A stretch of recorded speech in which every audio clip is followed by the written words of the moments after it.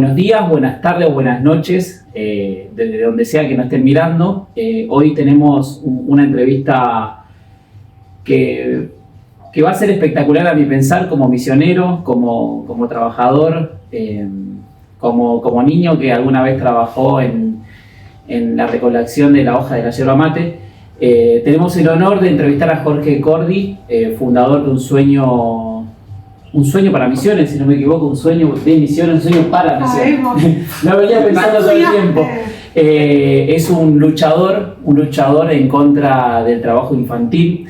Visibilizó una problemática histórica que afecta a miles de chicos y de chicas de la provincia de Misiones, una de las provincias más grandes a nivel de producción de la hoja de yerba mate. Y para arrancar esta entrevista no se me ocurrió mejor idea que preguntarle ¿quién es Jorge? Es un tema, definirse a uno mismo siempre es complicado. Yo creo que uno es muchas cosas, pero si hablamos específicamente de lo que tiene que ver con esta tarea, es una persona que, por lo menos lo que me pasó, es que sentí dolor al ver cómo vivía determinadas personas, que yo estaba totalmente ajeno a eso. Al ver el dolor ajeno, empecé a sentirlo como propio. Y esa, no sé si llamarla capacidad o lo que me pasó, me transformó. Nunca había visto personas, argentinos, niños, familias viviendo tal situación de desprotección, abandono, dolor, pobreza, y es muy difícil pararse ante eso y decir, bueno, cierro los ojos, me doy vuelta y sigo con mi vida. Militante de los derechos humanos. Si vos querés, llámalo así. Bueno. Pero digamos, en ese aspecto es lo que hay. Bueno. Hace 10 años el documental mostró imágenes basadas en testimonio de los habitantes de los yerbales acerca de las dificultades de vivir y trabajar en condiciones insalubres junto a mujeres e hijos pequeños. Tuvo un alcance hasta el día de hoy de 90 millones de personas en distintos países y llegó también a manos del Papa Francisco. Yo te quería preguntar al respecto de esto, es cuando tu documental llegó a millones de personas y hasta el Papa Francisco, ¿cuál fue tu reacción? Siempre eso da alegría, porque vos estás trabajando, sentís que sos una gota, una pluma en el aire que no tiene ningún tipo de incidencia ni peso, y cuando la gente se apropia de algo y lo empieza a sentir, porque estamos hablando del dolor. Yo una vez escuché que Juan Carr decía que el dolor ante una situación es como una guía, ¿no? Como el GPS que te dice hacia dónde tenés que ir. Entonces, cuando vos ves que a tus compatriotas y a otras personas les duele, sienten el dolor ajeno como propio, entonces primero no perdés las esperanzas, ¿sí? Hoy no nos podemos eximir de lo que está pasando en Gaza. ¿Ok? Esto, digamos, para la humanidad es un quiebre, es definitorio. Pero imagínate antes de esto, de esto que nos interpela, que esta situación en Gaza interpela a la humanidad. Imagínate en un país que en el 2010 pone el mate como infusión nacional, o sea, que el mate representa a la Argentina y tiene que estar presente cuando se hace cualquier reunión a nivel ejecutivo. Tiene que estar el mate porque es nuestra infusión nacional. Entonces, que ese producto que nos representa ante el mundo tiene trabajo infantil y vos pensás que no le importa a ningún argentino, te duele. Bueno, cuando vos descubrís que sí importa, y que vos pudiste ser vehículo para que ese mensaje llegue, te produce alegría y esperanza, más que nada, porque necesitas esperanza. Cuando trabajás, digamos, hablando al viento, sin saberlo, tirando semillas al viento, sin saber dónde van a caer, necesitas esperanza. me voy a correr un poquito del eje y tomando lo que él dijo, ¿no? Que cuando tenemos una infusión, que es una bebida nacional, y cuando nos ponemos a pensar de dónde viene y cómo es el proceso, y descubrimos que por ahí tiene trabajo infantil, y a veces muchos nos hacemos lo distraído y no miramos eso, y después nos preocupamos por lo que pasa afuera, ¿no? Cuando vemos que la ropa o el textil tiene trabajo infantil y nos horrorizamos por eso y compartimos algo en contra de esas grandes marcas que tienen trabajo infantil, y no nos horrorizamos cuando estamos tomando mate y tiene trabajo infantil detrás, ¿no? A veces me parece hasta una hipocresía, no quiero generalizar y ponerle a todos los argentinos, pero como a veces hacemos la vista gorda sería la palabra, y miramos para un costado y no apoyamos una causa tan noble, tan importante como la que vos y toda tu fundación llevó adelante, ¿no? Sigue llevando adelante, porque esto se sigue debatiendo, se sigue hablando. De hecho, nosotros terminamos acá porque sos una cara visible, reconocible en contra del trabajo infantil. Pero también déjame decirte que yo vengo de ahí, o sea, no soy un héroe. Yo vengo del común de la gente. Yo miraba la tele y me ponía a llorar. Claro. Cuando veía a la Nata en ese documental, no sé si era Deuda, y entonces iba a Tucumán y le hacía la entrevista a esa nena, y me ponía a llorar, y después cambiaba el canal y me reía con Benny Hill. Claro. ¿Está bien? O sea, el tema puntual es un proceso. Sí. Porque vos generás, vos le contás lo que pasa con la yerba mate, le mostrás a la gente lo que pasa con la yerba mate y generás en las personas dolor. Sí. ¿Y qué hace la gente con ese dolor? ¿Qué hace? ¿Cómo lo maneja? ¿Se lo guarda? ¿Sale a protestar, agarra un cartel y sale a la calle a protestar? ¿Qué hace con ese dolor? Por eso juzgar sería juzgarme. Perdón, se pega el micrófono. Juzgar sería juzgarme. Porque la gente no sabe. Entonces, cuando vos organizás una campaña, empezás a entender que le tenés que dar a las personas una vía para expresar ese dolor, para que esa expresión sea generador de cambio. ¿Y cómo funciona esto? Bueno, cuando la gente se empieza a expresar con un cartel que dice me gusta el mate sin trabajo infantil, y lo ve, y entonces Pergolini te da un lugar en Vorterix y te hace un pequeño espacio para que vos puedas expresarlo ahí, y entonces TN lo muestra y C5N lo muestra y América TV con Graña lo muestra, y entonces aunque lo muestre disperso, aunque no sea todo en una semana que te lo meten todos, pero lo van mostrando y vos vas recogiendo eso y lo vas compartiendo, y la gente empieza a verlo y empiezas a decir, che, pará, es el mate tiene esto, yo no lo sabía.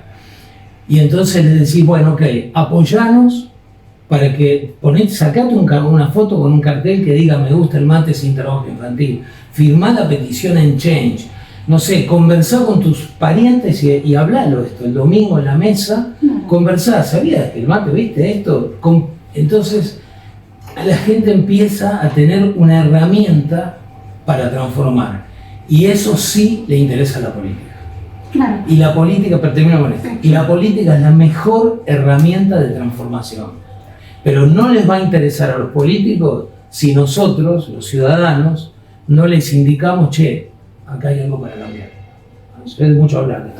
No, está bien. Yo te quería comentar, volviendo a tu documental, lo vi todo y me emocionó. Invito a que lo vean, vamos a poner el link. En la primera parte vimos a una madre con sus hijos en una casa de lona, sin luz ni agua. ¿Sabes qué pasó con esa familia? No sé qué pasó con esa familia. Lo que sí te puedo decir es que si vos tomás a esa familia en particular, ¿sí? Vos lo que tenés que ver ahí representado es años y años y años de desigualdad, de pobreza y de dolor tremendo. Mirá, esa familia que vos viste, que vos ves ahí, es una representación. Mi familia, la que vos viste, es esa. Pero la familia que vi yo, es cuando yo llegué a Misiones, yo soy porteño, cuando llegué a Misiones, una persona justamente de ATE, yo quería hacer algo quería integrarme en la sociedad, porteño, no verá, olvídense. Entonces me quería integrar a la sociedad y dije, pues me gustaría hacer algo de trabajo social, ¿no? Y entonces un dirigente de ATE me llevó, me dijo, bueno, ven a acompañarme. Y fuimos a un barrio. Mamita, 3 días lloré después de eso. Ahí es donde yo hice un clic. Esto es el infierno de Dante. Esto acá tiene un cartel adelante que dice: el que ingresa aquí pierda toda esperanza. Lleno de chicos, algunos desnudos, aguas servidas en la calle, perros flacos muertos de hambre, gente que no tenía, que me senté en un tronco porque no tenía silla, no tenía...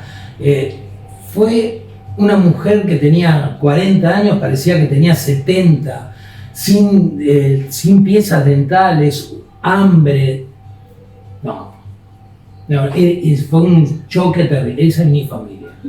La que vos viste en el documental, esa es tu familia. El tema puntual es, porque vuelvo a insistir, mucho... Sí, perdóname. Sí, empezaba a relatar él y obviamente a mí me interpela un montón y me lleva a esa infancia que tuve también, ¿no? Yo soy un afortunado, siempre digo, porque tuve la posibilidad de educarme y porque tuve la posibilidad de formarme y porque mis viejos tomaron la decisión de venirse a Buenos Aires, porque a veces parece que Buenos Aires es el centro de la Argentina y no está todo federalizado, ¿no? Y soy un pibe que pudo formarse, capacitarse, instruirse y hoy está cursando una carrera universitaria, ¿no? Es importante que el Estado le brinde todas esas herramientas al chico porque prácticamente le cambias la vida. Pero yo puedo haber sido tranquilamente otro pibe más de lo que estaba ahí en la tarefa todavía. Y esto me lleva a pensar también en cómo está hoy el trabajo infantil en Misiones. ¿Cómo está? Hoy, o sea, chicos, nosotros entramos en una debacle. Sí. Después de la pandemia, Argentina tambaleó en general en todo. ¿Sí? ¿Por qué? Porque fue un choque para todo el mundo, sí, para el mundo entero, después de la pandemia. Pero con esta nueva forma de hacer política y con esta nueva dinámica en la política en estos últimos 2 o 3 años, no hay más posibilidades de hablar de trabajo infantil. No hay nadie hablando de trabajo infantil, no hay nadie hablando de los derechos de los trabajadores. O sea, hay una transformación en proceso que no sé lo que va a derivar, pero es más, el gobierno sale a hablar sobre los beneficios del trabajo infantil. No me acuerdo si es Venegas Lynch, se llama de esta manera, lo dijo específicamente un dirigente político de este gobierno de Javier Milei, lo dijo específicamente al público. Más allá de que puedas estar a favor o en contra de la transformación, de lo que sea que pase, más allá de eso, ¿cómo un dirigente, cómo alguien que le interesan los derechos humanos se para ante eso? Y tiene que haber mucho detrás también, ¿no? Debe haber temas políticos, temas de las empresas, de a quién exportamos también la yerba. Yo creo que tenés razón, pero creo que los ciudadanos estamos en una coyuntura donde tenemos que decidir qué es ser argentino. Claro. ¿Quiénes somos nosotros como ciudadanos ante determinadas cosas? Creo que está pasando algo. Creo que en estos días algo pasó. Está gestando. Sí. Está también, creo que desde los micrófonos del poder, por así poner un título, también se está gestando esto del individualismo, ¿no? El aislar o dividir en la sociedad, obviamente divide y reinará, ¿no? Y le están haciendo perder al pueblo argentino eso que tan hermoso que tiene, que es la unidad, ¿no? La unidad como pueblo. De hecho, el Papa decía, nadie se salva solo. Claro, pero si lo decía, yo no creo que, yo diciendo con vos en este aspecto, no creo que haya unidad. Hoy no. Pero se viene gestando, claro, desde hace mucho tiempo. Sí, viene hace rato. Sí, algo nos pasó que la situación actual nos interpela. No es algo nuevo esto. Claro, esto es algo que se viene gestando. El Papa lo viene diciendo hace mucho porque ya es un visionario, fue un visionario y lo venía viendo Y él sale a decir eso porque está viendo que la sociedad se está volviendo un poco individualista. Es que sí, el mundo en general está pasando. La pandemia nos cambió también un poco, creo. Sí, no la sé. verdad que yo soy ignorante. Yo lo único que te puedo decir es lo que veo y creo sí que el dolor nos interpela. Cuando vemos el problema de los discapacitados, a favor, en contra, con un verso, con el otro verso, con el verso de un lado, con el otro verso, perdón que diga verso, Sí. será peyorativo, pero déjenme llevarlo al extremo, para que no importa quién tiene razón, pero cuando vos te dicen que un discapacitado está viviendo también, tiene que hacer una cola de 3 horas Sí. en silla de ruedas, o hay un papá llevando un hijo en andas para hacer algo, eso te tiene que interpelar. Y ahí hay una decisión. Hay una decisión ciudadana. Nosotros tenemos que decidir cómo actuamos ante eso, el ciudadano, la persona, el argentino. Y bueno, ahora vamos a ver, porque la situación nos está interpelando. La situación te está diciendo, ¿y quién sos ante esto? Claro. Bien. Tuvimos ayer una entrevista con una trabajadora de la yerba y su teoría para mejorar era la industrialización de los yerbales. ¿Qué opinas de eso?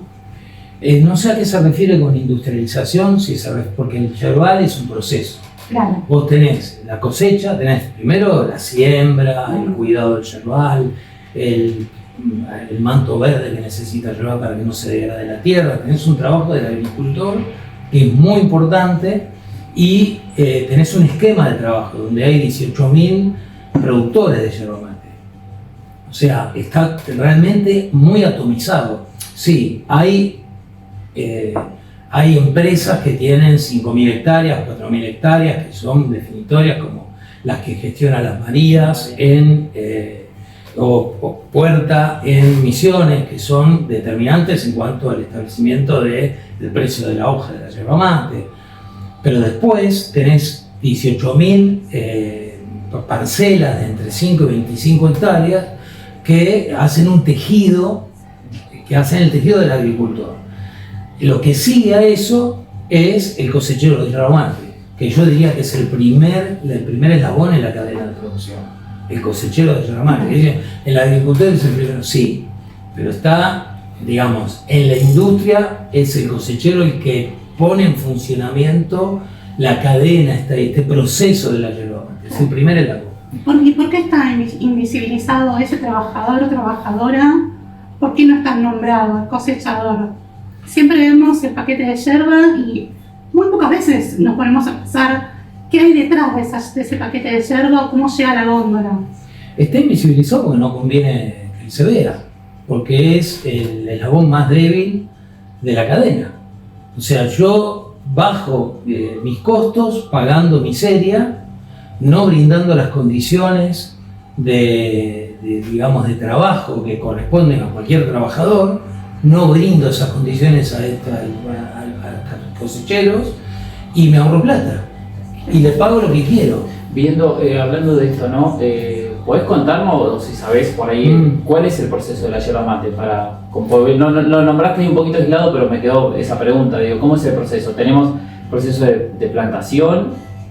Después... Sí, o sea, vos tenés el yerbal Sí. que lo cuidás, que puede tener 5 años, 6 años, 10 años, y que el nivel de producción de la yerba, de la planta de yerba, tiene que ver con la antigüedad y con el cuidado de esa planta.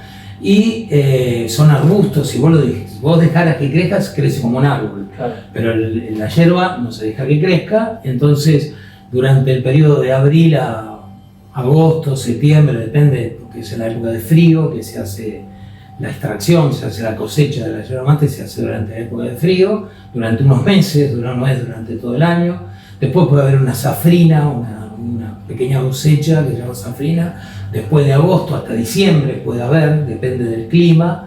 Y el cosechero va a la mañana, lo pasa a buscar un camión, lo sube al camión, lo lleva al yerbal, arrancan con las manos los gajos. Por eso el 50%, según un estudio que hizo la UNAM, el 50% de los cosecheros de yerba mate empiezan a trabajar entre los 5 y los 13 años de edad. el 50% de los cosecheros de yerba mate empiezan a trabajar entre los 5 y los 13 años de edad. Esos cosecheros arrancan con las manos. Cuando vos le das la mano a un cosechero de yerba mate, tiene acá un hueco así. Es increíble, pero de arrancar el gajo, ¿no? Piensen que están desde las 4, 5 de la mañana, 6 de la mañana, arrancando gajos todo el día. El famoso sol a sol. De sol a sol. Y 14, 12 horas. Una pregunta.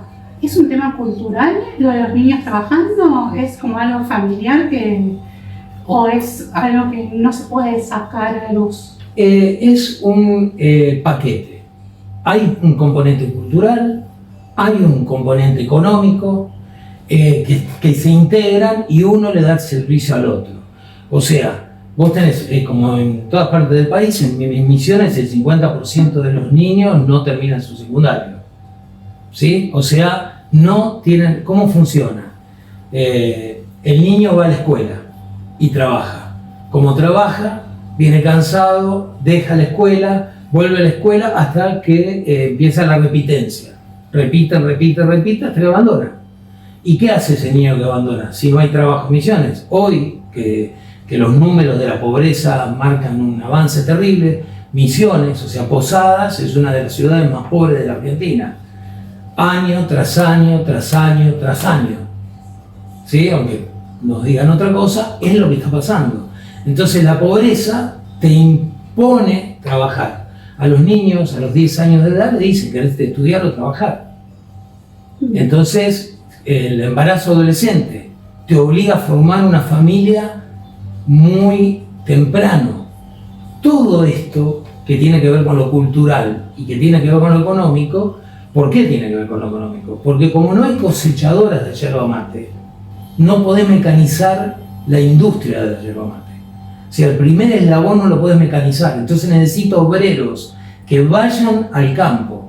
Y esos obreros, para que se queden en el campo trabajando en esas tremendas condiciones de trabajo, tienen que ser invisibilizados, no tienen que tener un sindicato que los represente fuerte, y tienen que ser llevados a ese lugar de niños para que al no tener acceso a la educación no se pueda cambiar el tema.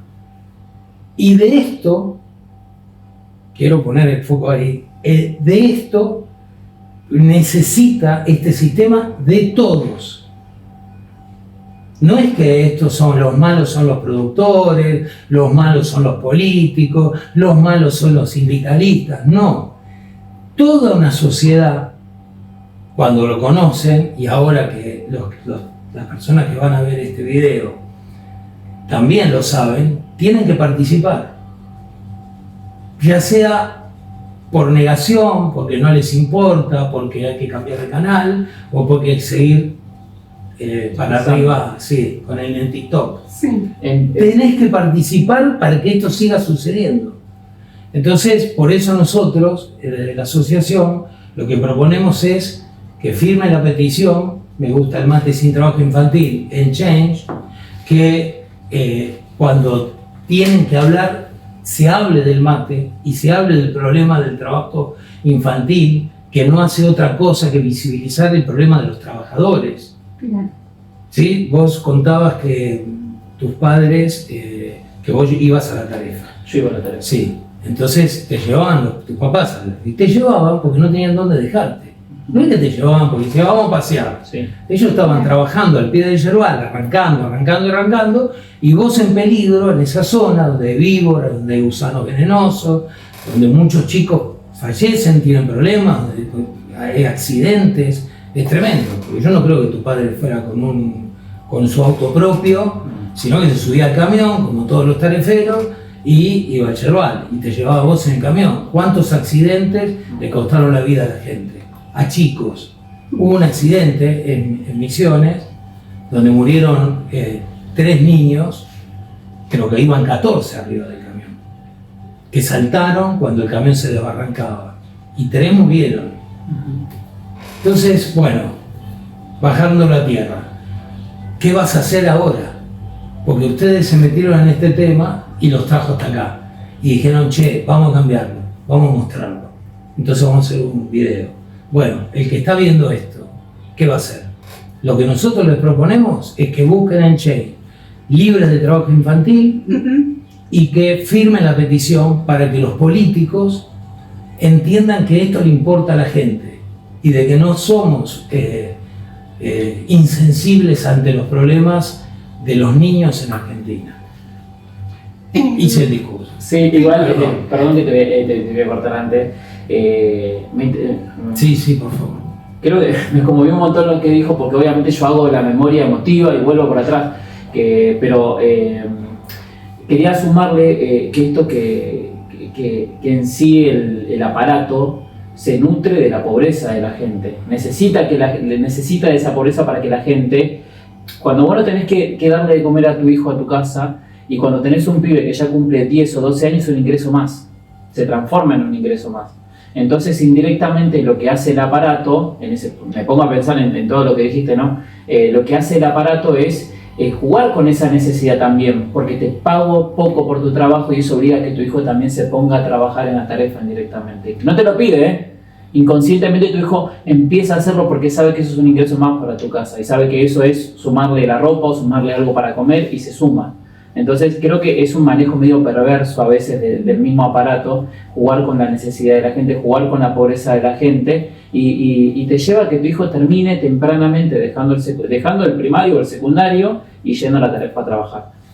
Eso. Es un círculo vicioso. Círculo vicioso. Sí, iba a consultar. ¿Vos tenías un proyecto de ley o estabas intentando hacerlo para que los paquetes de yerba tengan una etiqueta, un sello que diga que es libre de trabajo infantil? ¿Cómo se te ocurrió esa idea? ¿Cómo está eso? Sí, se nos ocurrió cuando vimos un sello de Fair Play en España, desde hace mucho tiempo, en el chocolate. El chocolate tiene un sello donde indica que ese producto tiene 74% menos de trabajo infantil, por ejemplo. Entonces nosotros pensamos que estaría bueno que sea el consumidor, o sea, el ciudadano, en su rol de consumidor,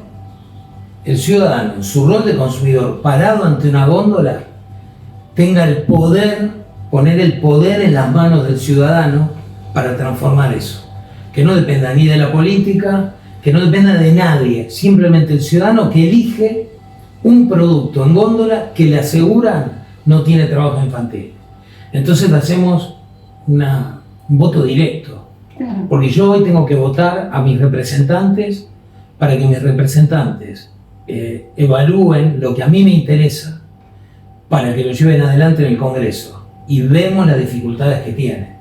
En cambio, si yo tengo la posibilidad de darle al ciudadano, en su rol de consumidor, una herramienta para transformar la sociedad, logro algo que ya no depende solamente de intereses, sino y depende de lo que a mí me interesa, que es la infancia. Que me da la posibilidad de que yo, consumidor, ciudadano, pueda ser la voz de los niños. Porque lo elijo, pero no tengo esa posibilidad hoy.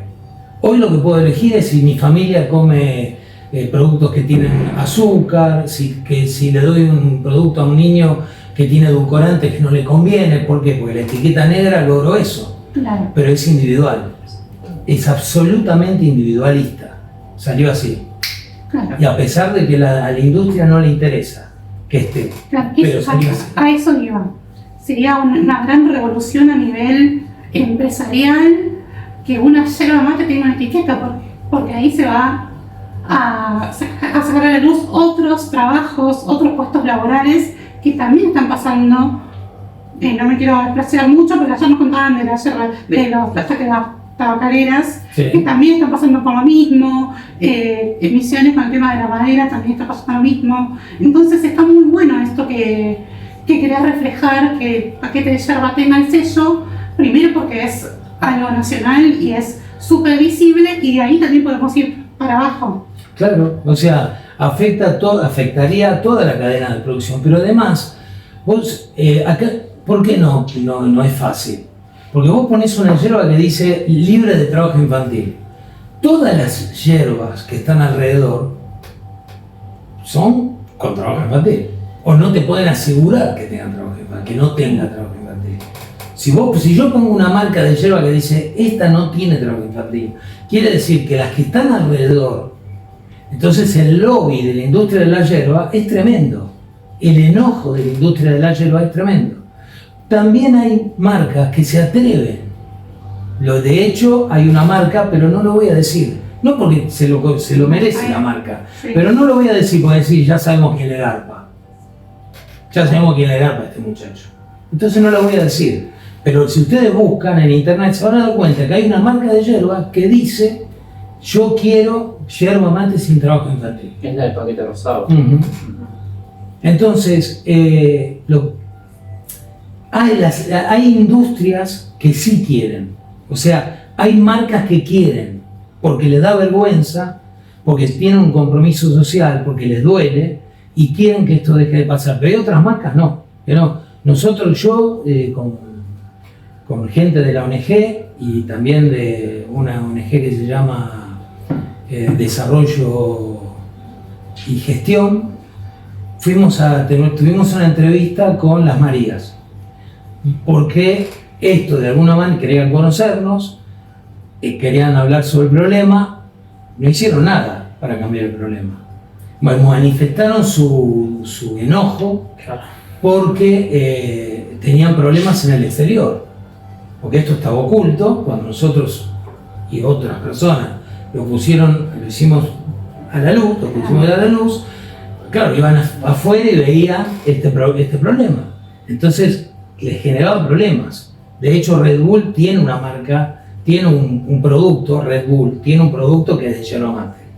Claro. Y Coca-Cola tenía o tiene un producto, pero lo había hecho antes y después lo dio de baja por el problema con el trabajo, y no importa. Claro. Aparte, Coca-Cola lo hacía en Estados Unidos, no lo hacía acá. Claro, pero la compraba acá. No usaba los recursos de acá de la gente, las trabajadoras de Argentina. Pero cuando vos cosechás la yerba mate, ahí se llevaba el problema del trabajador precarizado en la yerba mate. Se lo llevaba dentro del producto. Entonces cortó. Claro. Ahora no. Ahora eso ya no importa tanto. Claro. A nivel mundial está bien un cambio. Sí, perdón. La trabajadora que tuvimos en la entrevista nos contó que es mucho mejor trabajar en un establecimiento grande que en una cooperativa. ¿Qué pensás al respecto? La verdad que no tengo esa experiencia, no te puedo decir si es mejor o es peor. Yo creo que hay empresas o personas o productores que tratan mejor, y hay otros productores que tratan peor a sus empleados. Yo creo que eso, por supuesto que está mucho más expuesta una empresa grande, que sería que tiene muchas hectáreas de hierba. Claro. Entonces puede defender mejor el producto, la cultura incide diferente, porque para muchos, vos para poder esclavizar a una persona, para poder tener un esclavo, o sea, tener una persona en el fondo de tu casa que te corta el pasto por 2 pesos por 50, internamente tenés que tener una estructura mental. Tenés que decir, bueno, es lo que pagan, el mercado pone el precio de lo que gana una persona, nadie respeta los derechos porque lo voy a hacer yo. ¿Sí? Tenés que tener una estructura mental. Y eso depende mucho de la persona, de cómo fue criada, de cuál es la cultura, de qué se dice, cuál es la conversación que tenía en la casa con la familia. No, son todos negros, no le importa a nadie. ¿Cuál es la conversación que hay en la mesa? Entonces, de acuerdo a eso, la estructura mental que vos tenés. Cuando vos sos un productor, llevas eso porque tenés la cultura. Es tu cultura, es tu estructura mental. Entonces no te importa explotar al otro porque es parte de tu estructura. Cuando vos sos una empresa grande, sabés que te podés tener problemas, sabés que tenés que cumplir determinadas condiciones, sabés que la marca que te va a comprar, o si sos dueño de esa marca, sabés que tienes que tener ciertos estándares porque se compromete legalmente a tener ciertos estándares. Entonces por ahí puede venir la diferencia. Pero en general, los pobres son todos negros, Claro. sucios y sin dientes. Bueno. No importa de dónde, en qué rubro estemos Ay, hablando. estoy muy pronto. No, preguntame. Por tu documental. Por favor. Una de las entrevistadas contó que sufrió discriminación y maltrato por solo querer trabajar. En el documental que hiciste hace 10 años. ¿Cómo se da esa situación en los cervales? El tema de la discriminación, ser mujer, ser sostenedora de familia. Fue muy emocionante porque la entrevistada se puso a llorar y nosotros... No sé si notas que todos lloran. Sí, pero esa O sea, madre ¿cómo puede ser que decir vos... que sufre discriminación. No. Gracias a Dios el tema del feminismo avanzó mucho en estos años. Desde hace 10 años a esta parte hubo un avance tremendo. Ahora, en culturas donde la pobreza impide que vos accedas a la educación, a no ser que venga por la televisión, ¿sí? Porque ni internet, está bien, no todos tienen TikTok, digamos, o sea, ha penetrado igual mucho las redes sociales. Entonces, cuando ese contenido llega, empieza a hacer pensar y empieza a transformar. Pero eso no quiere decir que realmente haya habido un cambio tremendo, sino una mujer que se separa en Misiones y que no tiene acceso al trabajo. ¿A dónde va a trabajar? A la Tarefa. Sí. Entonces está lleno de mujeres solas y está lleno de ancianos que trabajan en la Tarefa, los que pueden, trabajan en la Tarefa, y como los ancianos tampoco importan porque no consumen, no son grandes consumidores, entonces no le importa la industria, de ninguna industria le importa al anciano, excepto ni siquiera las obras sociales, no le importa a nadie el anciano. Y los niños no votan, entonces son dos sectores totalmente desprotegidos en nuestra sociedad.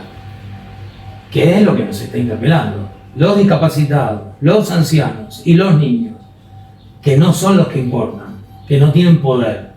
Bueno, ¿cómo los trata la sociedad? ¿Qué estamos haciendo ahí? Como argentinos, como ciudadanos, nos interpela, que es lo que decíamos hoy. Claro. Entonces, volviendo a tu tema, sí creo que hay un cambio, no creo que sea un cambio absoluto porque la pobreza se impone, la necesidad de comer todos los días se impone.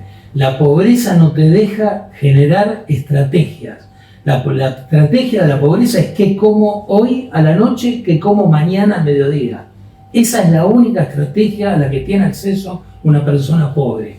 Nosotros, que tenemos, yo por lo menos, que tengo un muy buen nivel de vida, no lo entiendo. Porque yo pienso qué voy a hacer acá en el mes, en el año, a 5 años. La pobreza es qué voy a hacer mañana. No hay nada más, está nublado lo demás. No hay posibilidad de pensar otra cosa. Me vas a llorar en cualquier momento, pero porque pensar. yo vuelvo al...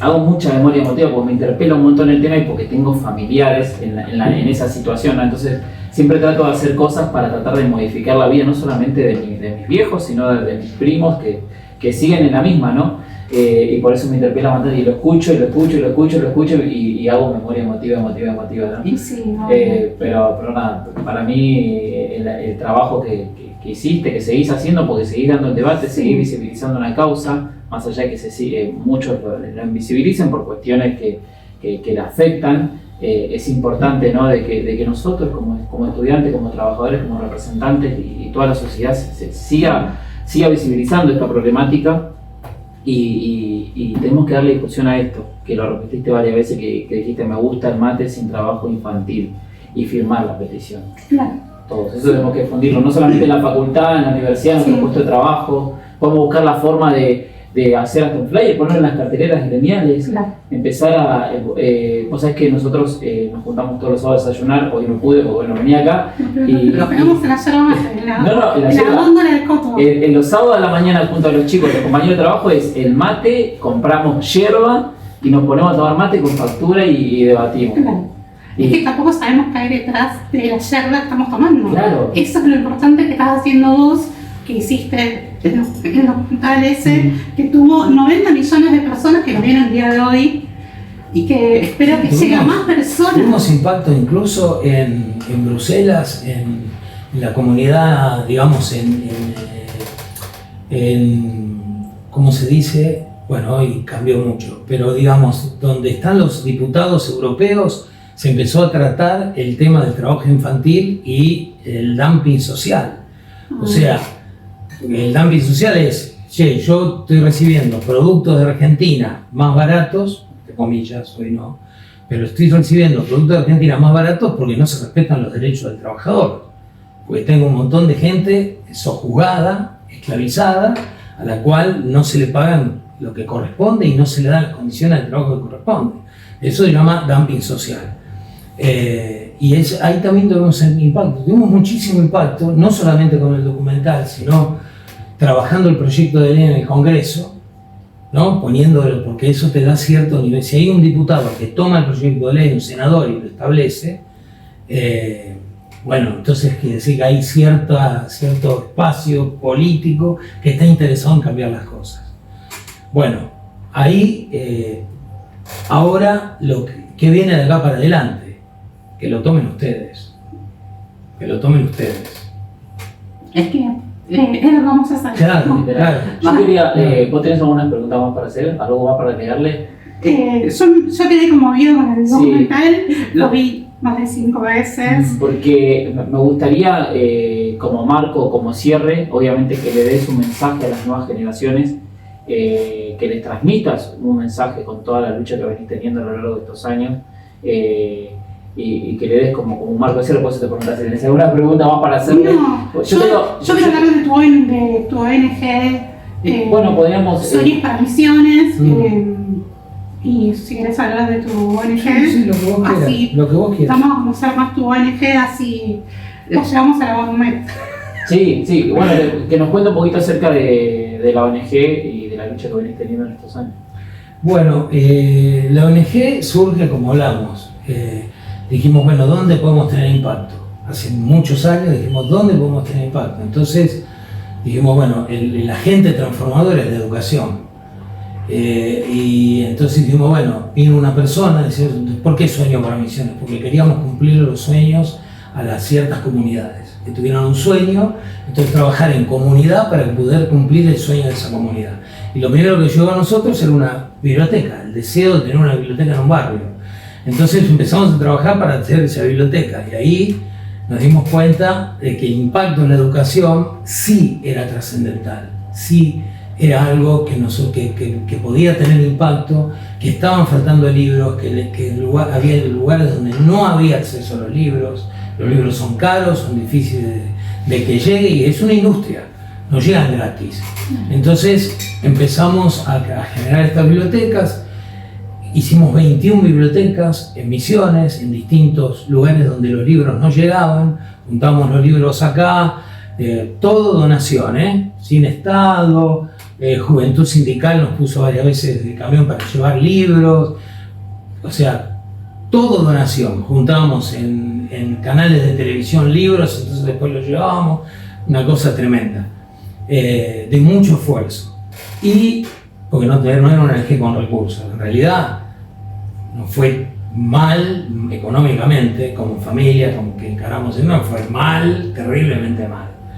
Pero sí tuvimos impacto. Cuando empezamos a recorrer todo Misiones, fundando bibliotecas, nos dimos cuenta, primero, de que había niños que nunca habían visto un libro de cuentos. Vos tenés que estar en la inauguración de la biblioteca y ver cómo un niño toma un libro de cuentos coloreado y se sorprende y se maravilla de lo que está viendo. Algo que para nosotros es el pan de todos los días. Pero ellos nunca habían tenido acceso a un libro. Entonces, eso nos dio la pauta de que había mucha pobreza. La pobreza estaba relacionada a la tarifa. Y cuando empezamos a ver cómo vivían los tariferos, quiénes eran los tariferos, o sea, los cosecheros de yerba mate, para el que no sabe. El cosechero de yerba mate, cómo vivía, y en 2010, cuando nosotros empezamos con la ONG, habían fallecido 206 niños en 10 meses a causa de la desnutrición infantil. Entonces, bueno, empezás a hacer cuentas, empezás a mirar lo que te está pasando, empezás a sentir el dolor del otro y decir, no, acá tenemos que ir por otro lado, tiene que ser más grande porque la biblioteca no alcanza. La pobreza esta es imposible, no puede estar pasando, no puede ser que aceptemos que haya gente viviendo en estas condiciones en Argentina. Nosotros como argentinos alimentamos a 400 millones de personas en el mundo. El campo argentino genera alimentos para 400 millones de personas y no pudimos alimentar a 206 niños en Misiones que se nos murieron de hambre. Vergüenza nos tiene que dar. Vergüenza ante esa situación. Bueno, lo que podés hacer a partir de eso, nosotros hicimos lo que pudimos. Hicimos la ONG sin nada, sin papeles, trabajamos, no sé, años sin estatuto, sin nada, porque no teníamos guita ni para comer. Y 9 años trabajamos así. Después cuando empezamos a tener vuelos, se nos acercó una ONG internacional, nos apoyó económicamente, empezamos a tener impacto y pudimos hacer los papeles. Tuvimos apoyo de una ONG económicamente, de una ONG internacional, y ahí pudimos crear cosas más grandes, con más impacto, porque contratamos profesionales para hacer eso. Hasta que, bueno, creo que tuvimos mucho impacto en el Congreso para que la ley de certificación de productos libres de trabajo infantil se trate. Después vino este gobierno nuevo, donde el eje está puesto en otro lado y tenemos que esperar que al Congreso le interese. No le va a interesar si no les interesa a ustedes. Ya les aviso, ¿no? A la gente. Si no les interesa a ustedes, al Congreso les va a interesar. Bueno, es muy importante que nosotros sigamos replicando el mensaje y que sigamos visibilizando eso. Porque como dijo él, si no nos interesa a nosotros, el Congreso menos le va a interesar porque a la sociedad en su conjunto no le interesa. Y bueno, yo como te decía recién, primero te agradezco por la militancia y también tengo que ser consciente, no me había interiorizado bastante, sabía de la existencia, pero uno como a veces, como te dije antes, a veces uno no le presta atención a veces a lo que tiene alrededor y no mira de dónde viene esto que hoy estamos tomando. Y cuando empezás a explorar de dónde viene, es una locura. A mí me voló la cabeza. Me voló la cabeza más allá de que ya venía de esa vivencia y ya tenía esa vivencia, hoy tengo otra realidad. Pero cuando te empezás a mirar por un costado y empezás un poquito a pensar en el otro, te das cuenta de todo lo que hay atrás, ¿no? Como para hacer un marco y un cierre, lo que yo quiero es que invites primero a la gente a firmar la petición y darle un mensaje a ese pueblo, a ese trabajador, a esa trabajadora, o a ese joven, o a ese joven que va a estar escuchando también esta entrevista en la universidad. Bueno, lo que yo puedo decir es que yo soy uno más, que tengo miedo de pasarla mal, de equivocarme, de muchísimo. Esto no fue un camino lineal, pasamos muchas necesidades en el camino, ninguneadas. Venir acá a Buenos Aires de Misiones para participar en algo del Congreso y después estar todo un día llamando por teléfono, el teléfono público, para que el que nos iba a dar los pasajes para volver nos atendiera, y desaparecido y nosotros no sabíamos cómo volver. Que esto no es un camino de placer, que si decidís realmente comprometerte para hacer un cambio, no es que te vas a hacer rico o va a ser un camino de placer, va a ser todo lo contrario. Lo único que te garantizo es que si realmente te duele y querés hacer un cambio, no hace falta que tengas muchas cosas, con la voluntad. Y dice, no, pero la voluntad sola, sí, con la voluntad y el compromiso de generar ese cambio vas a encontrar el camino. Eso yo te lo puedo asegurar. Ahora, hay precios que pagar. El dolor del otro, cuando vos lo sentís propio y te pones en funcionamiento, no es que es un paseo. Es sentir dolor y es realmente perder. Es como enamorarse, ¿viste? Cuando dicen que el amor implica que los dos pierdan para que los dos ganen. Tiene que haber pérdida de los dos. Bueno, vos tenés que poner tu parte. Y lo que sí, cuando me pasa esto, que ustedes vienen y dicen, che, mirá lo que hiciste, bueno, un impacto, algo lograste, por lo menos. Hay alguien que agarra la bandera y la lleva para adelante, porque si no, no entendés lo que te costó, lo que sufriste, lo que te pasó, que pudiera tener impacto. Así que gracias a ustedes y adelante. A la gente adelante. Gracias, Jorge. Gracias a ustedes, chicos. Te voy a saludar yo y te voy a agradecer por tu militancia. No, Gracias. pero gracias. La verdad que nos vamos con un poco de dolor. No, bueno, está bien.